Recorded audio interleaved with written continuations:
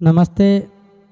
छठ पर्व के सुख उपलक्ष्य में अपने संपूर्ण गोटे लगायत अपने सबके परिवारजन में खुशी के माहौल छाओस और सब कोई सुखपूर्वक रहे से माता छठी मैया से कामना करी छी। केलवा के पात पर उगेलन सूरज मल झाके ऊके।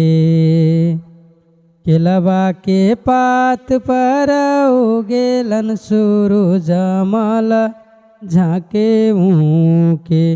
ओ करेलू छठ बरतिया से झाके ऊके। ओ करेलू छठ बरतिया से झाके ऊके।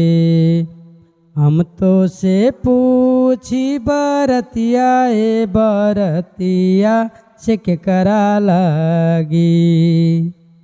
हे करेलू छठ बरतिया से के करा लगी।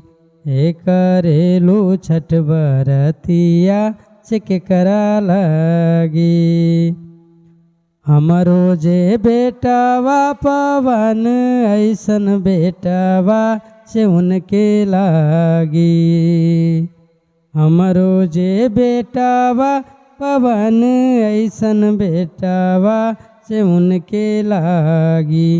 हे करेलू छठ बरतिया से उनके लागी। हे करेलू छठ बरतिया से उनके लागी।